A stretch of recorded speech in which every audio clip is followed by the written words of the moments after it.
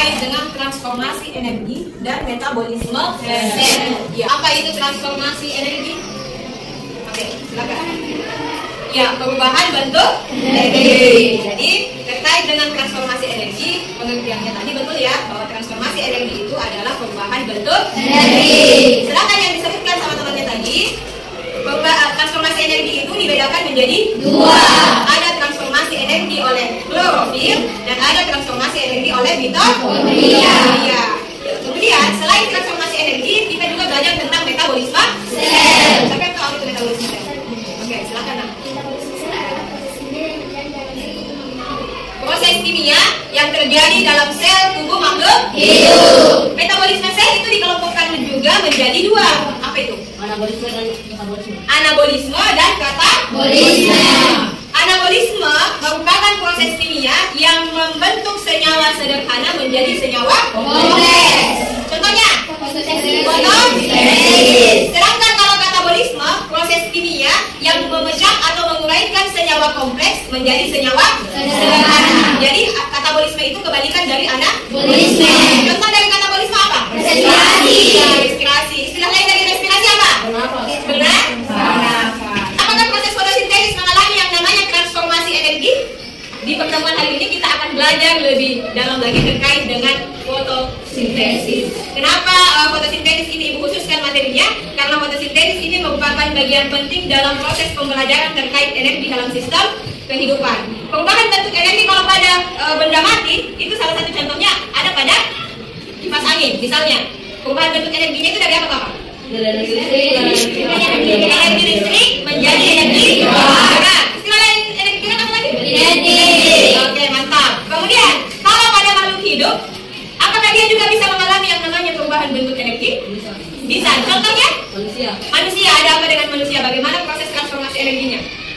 Dari energi kimia menjadi energi kinetik atau menjadi gerak. Iya, dari energi kimia menjadi energi kinetik atau energi gerak. Energi kimianya diperoleh dari mana? Dari makanan ataupun minuman. Iya, betul sekali. Tepuk tangan dulu untuk kita. Silakan dibuka PowerPoint yang sudah Ibu kirimkan. Di situ ada tujuan pembelajaran kita di slide bagian bawah terkait untuk pertemuan kedua, ya.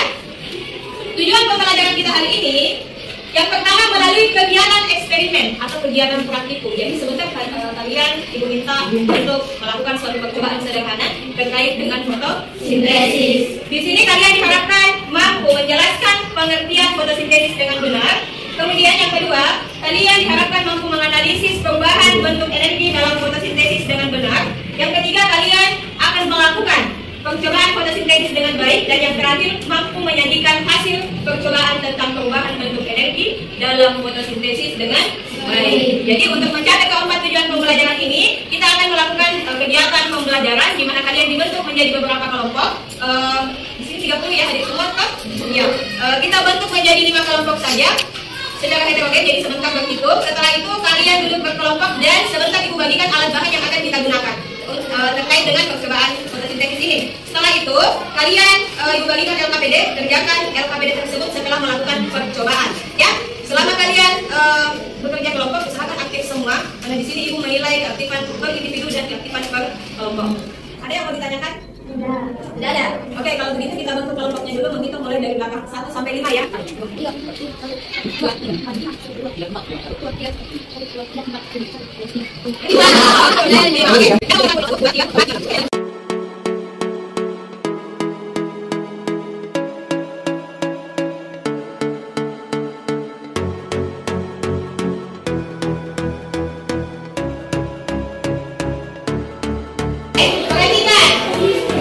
Jangan lupa isi identitas kelompoknya ya.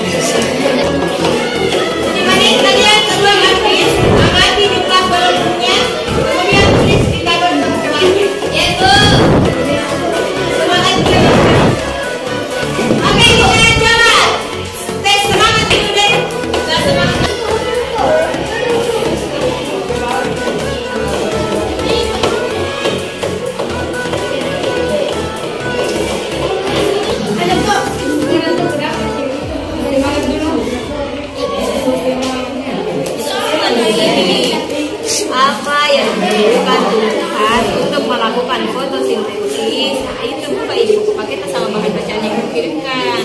Poin juga belum selesai semua. 4 menit itu kalian keluar ambil lagi percobaannya tadi, kemudian kalian amati jumlah belenggunya. Ya, apakah sama yang di tempat terang dengan yang di tempat gelap?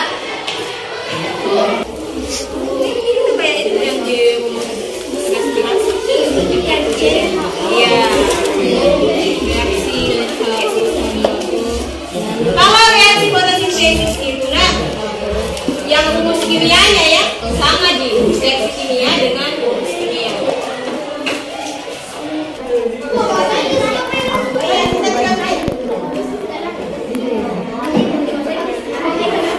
Jadi kita sesuaikan.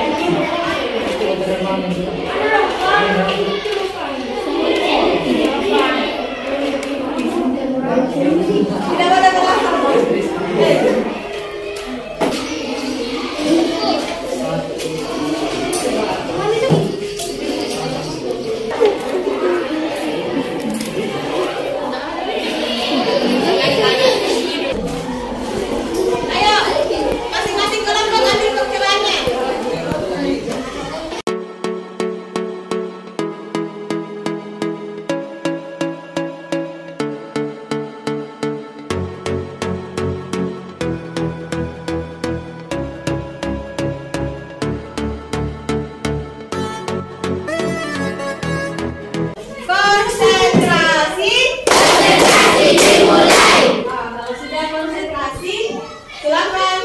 perhatikan ke depan. Sekarang waktunya kita lakukan presentasi. Assalamualaikum warahmatullahi wabarakatuh. Waalaikumsalam warahmatullahi wabarakatuh. Saya das yang kedua, saya ingin presentasikan hasil kerjaan tempat terang jumlah tempat gelap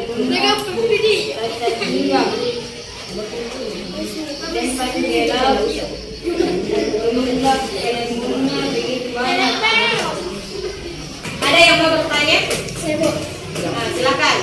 Mengapa masih terang jumlah gelembungnya lebih banyak? Assalamualaikum warahmatullahi wabarakatuh. Waalaikumsalam warahmatullahi wabarakatuh. Saya dari kelompok 4 ingin mempresentasikan hasil riset kami, yaitu menyelidiki proses fotosintesis. Dari pengamatan kami, tempat yang lebih terang lebih banyak menghasilkan gelembung udara, sedangkan tempat yang gelap lebih sedikit menghasilkan gelembung udara. Kesimpulannya, proses fotosintesis menghasilkan lampu yang kedua tinggi rendahnya suhu yang mempengaruhi proses fotosintesis. Cahaya matahari mempengaruhi cepat tidaknya proses fotosintesis. Tanya temannya, mengapa lebih banyak jumlah gelembung yang di tempat terang dibanding di tempat gelap? Siapa yang bisa jawab? Oke, Adiaksa, silakan nak. Karena adanya sinar matahari. Betul sekali, tetap dulu. Iya. Jadi, kenapa jumlah gelembung itu lebih banyak yang di tempat terang dibanding di tempat gelap? Karena pada tempat terang itu ada sumber energi yang membantu proses percepatan fotosintesis, yaitu cahaya matahari. Ada lagi yang mau ditanyakan terkait kegiatan hari ini? Tidak ada. Sekarang Ibu minta satu orang, siapa yang mau memberikan kesimpulan kepada pembelajaran kita hari ini? Silakan. Kesimpulan yang diberikan oleh hari ini. Proses fotosintesis menghasilkan oksigen CO2. Tinggi rendahnya suhu mempengaruhi proses fotosintesis. Intensitas cahaya matahari juga mempengaruhi proses fotosintesis. Tepuk tangan dulu dong.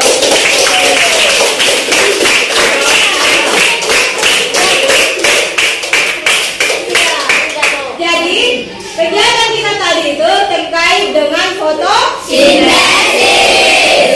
Fotosintesis merupakan salah satu proses kimia yang dimana dia membutuhkan yang namanya CO2 atau karbon dioksida, kemudian ditambah dengan H2O atau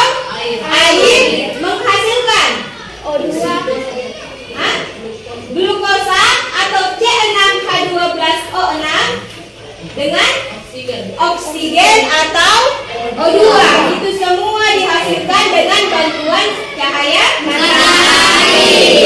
Jadi fotosintesis itu proses kimia yang di dalamnya membentuk senyawa kompleks dari senyawa sederhana. Ya, dia membentuk senyawa kompleks dari senyawa sederhana. Senyawa kompleksnya yang mana? Yang itu tadi, glukosa dan oksigen. Ya, glukosa itu C6H12O6, di mana tumbuhan itu memperoleh makanannya dari ini. Glukosa. Ya, oksigennya. Percobaan yang kita lakukan tadi adalah percobaan Ingenhous. Selain itu, proses fotosintesis juga merupakan bagian dari metabolisme sel, yaitu anabolisme. Fotosintesis melakukan perubahan bentuk energi atau transformasi energi dari energi apa menjadi energi apa? Yang tahu? Energi apa? Kan tadi sudah ada reaksinya. CO2 ditambah H2O itu dia energi apa? Energi angin ditambah dengan energi air akan menghasilkan C6H12O6 glukosa. Glukosa itu adalah energi kimia. Untuk makanan ini apa? Energi kimia. Ini materi pembelajaran kita di materi terakhir di semester ini. Kalau gitu Ibu ucapkan banyak terima kasih. Namun sebelumnya silakan dibuka dulu refleksi dan evaluasinya di grup. Ada link yang sudah dikirimkan. Silakan dibuka dan